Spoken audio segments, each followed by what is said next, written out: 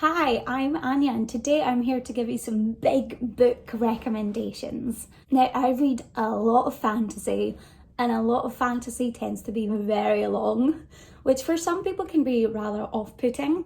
I personally absolutely adore a big, chunky book. So it's no surprise actually that all the books I'm going to talk about here are actually some of my all-time favourites. All the books I'm going to be talking about are at least 500 pages long. There's actually a fair jump between how big some of them are. Nevertheless, each one of them could be seen as an intimidating size. So I want to say that yes, they're intimidating and it's gonna feel like a big time commitment, but oh my god, are they worth it? And especially a lot of the time with a good book, it doesn't feel like it's taking you at all a long time to read. I'm going to start with the shortest on the list, which is A Darker Shade of Magic by Victoria Schwab.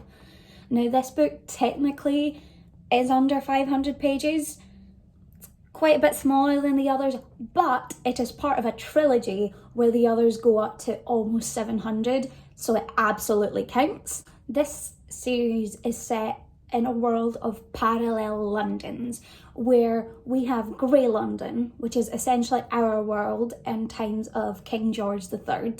We have Red London, where magic flows freely and allows the land to thrive. White London, where magic is scarce and it's a world of ruthlessness and power. In Black London, which was consumed by something terrible and is technically dead and led to a closing of the barriers between these worlds. We follow our main character called Kel, who's from Red London and is one of the very few people who can actually travel between these worlds.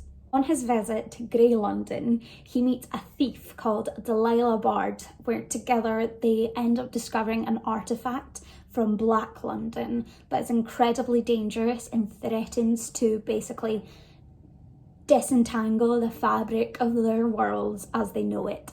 Victoria Schwab is an author that I've talked about before who writes phenomenal characters, and Lila and Kel are definitely two of the most driving forces of what makes this book so good, as well as the fact that this magic system is super intricate but also offers such an interesting perspective in terms of looking at these parallel worlds. As well, gets herself into so much trouble. I love reading stories about good thieves. She's mischievous and a lot of fun, and watching her relationship and that of Kel come together is super interesting. As well, this world has a really intricate political manoeuvrings in terms of Kel and his relationship to the royal family that I think adds so much to the story.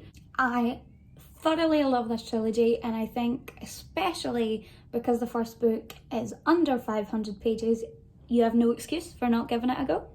The next book I'm going to talk about is Strange the Dreamer by Laini Taylor. In this book, we follow Laszlo Strange, an orphan who lives within a library, and in that library he discovers stories of a mythical land named Weep. He becomes absolutely fascinated with this land and feels an incredible connection to it, until one day a convoy comes from the land and asks the villagers of Laszlo's populace for help. This is an absolutely beautiful story. It has wonderful action and romance, as well as the character of Laszlo is just such an absolute gem. One of the strongest parts of this is the writing style, because Laini Taylor has one of the most beautifully poetic, and I guess it's quite flowery, but oh my god is it wonderful. It adds this note of whimsy to the story that just absolutely sweeps you up into the world of Weep. And it feels like reading a fairy tale. This is another one of those series that's also a little bit lighter, I suppose, where it's not so heavy on the war side or the political side as a lot of the fantasy I read, but is absolutely equally as enthralling. The next book I'm going to talk about is The Lies of Lok Lamora. This is the first book in the Gentleman Bastard series, which This one is about 550 pages, but they do go up to about 700, so again a slightly varying one. And this we follow Lok Lamora and his band of thieves, and like I said, I love a thief story. And essentially they live in this city called Camor, where Lok is infamously known as the Thorn of Camor, except nobody knows his true identity because this band of thieves operates on basically tricking the nobility, dressing up and finding ways to infiltrate places of wealth, cooking up schemes that last years and come to wonderful fruition. Now, on one of these schemes, Lok finds himself entangled within the magic users of this world, who are incredibly dangerous, and increasingly finds his own life brought to a different danger that he'd never expected, and caught up in a scheme that has long been in motion. While there's definitely serious aspects to this book with, danger and war and things, it is one of the most fun books I have ever read. Lok and his friends are absolutely ridiculous, and the schemes that they put together are both incredibly intricate and just incredibly feel silly as they're about to happen. And then with all the things that they're putting together and what they're needing to make it work, and then it happens, and I feel like my mind is blown every single time. This is just a real fun time, and I adore this series. It's going to be about 7 books, I believe, with only 3 out so far, so a good time to start it before we get too far ahead and you have to catch up. The next book is actually a standalone, and that is The Priory of the Orange Tree by Samantha Shannon. This is basically a dragon-themed high fantasy where we follow a world that is split between their religious beliefs between the East and West, and essentially they're different ways of worshipping dragons. These two sides find themselves needing to cooperate and find a truce as they face an even bigger threat. We follow 3 characters, one who infiltrates the court of Queen Sabran, one who is training to become a dragon rider, and another who is essentially a scholar. What's really exciting about this, I suppose, is that it is a standalone. You don't get that many standalone high fantasy novels, and particularly one of this length that just absolutely wraps everything up. What is so brilliant about this is that the mythology is incredibly detailed, as well as one of the best female romances I have ever read. She also has just a brilliant manner of writing both action and complex characters that make her books into a really fun ride.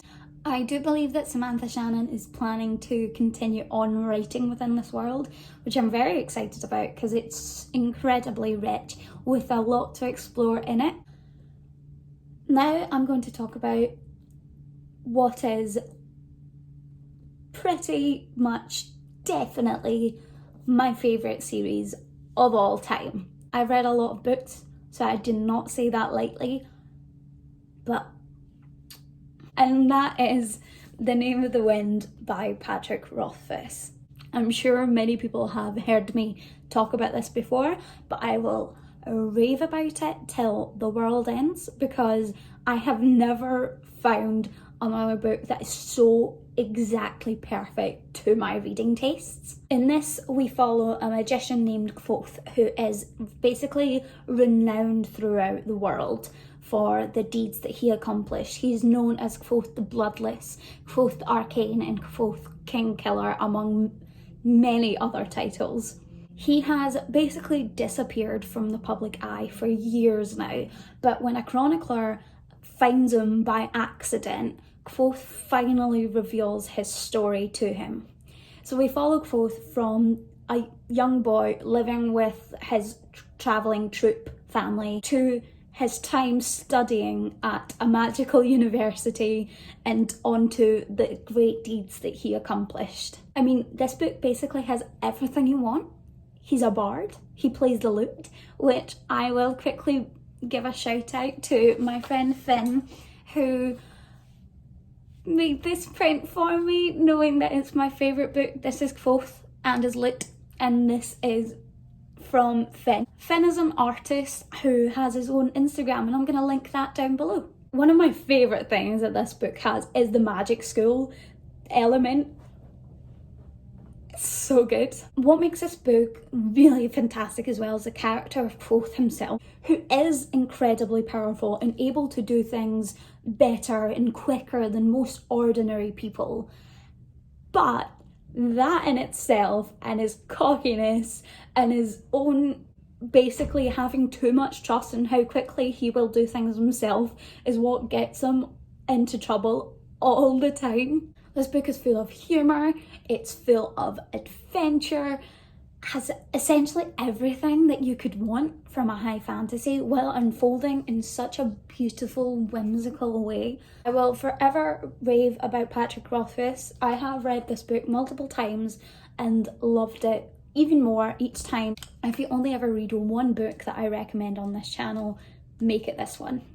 Last but certainly not least, I have the Stormlight Archive by Brandon Sanderson. As you can see, this is huge.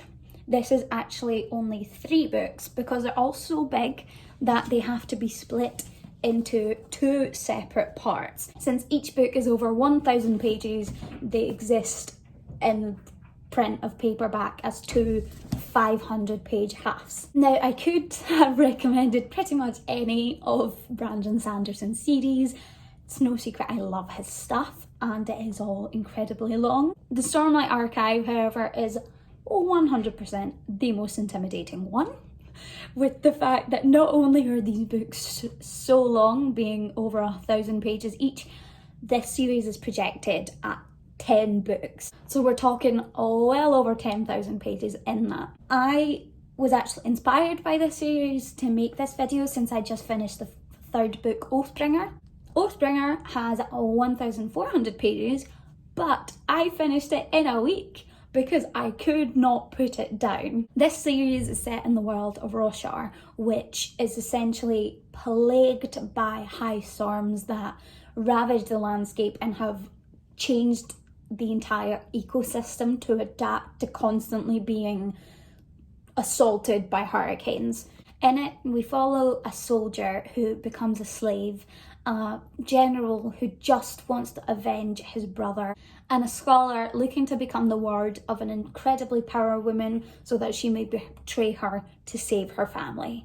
That in itself, to me, was already enticing. The multi-POV example, having war, having scholarship, morality, all at the centre of it. What makes this series so incredibly fascinating is how complex and also intricate the religious and political systems are. The mythology within this world is so incredibly rich and absolutely integral to the plot itself. We find out so many fascinating things as this series unfolds, and all of it makes so much sense, but I couldn't see any of it coming. What's also really fun is if you know anything really about Brandon Sanderson, his books are all set in the Cosmere, so they're basically linked across these different worlds, and there are certain characters who appear in different books, despite it being an entirely different world that it's presenting.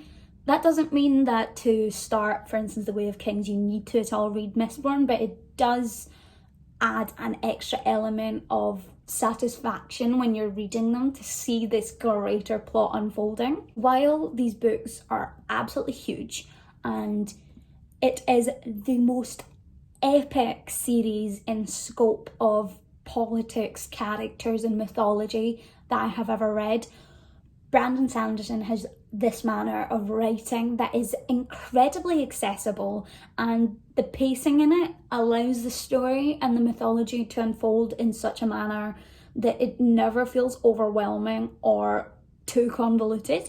It did take myself a while to start this because there's no way to not be intimidated by a 1,000 page book, but getting over that is one of the best things you will do because it is one of the most rewarding things I've ever read. That's it from me today. Thank you so much for watching. Go pick up some big books and I'll see you all again soon. Bye.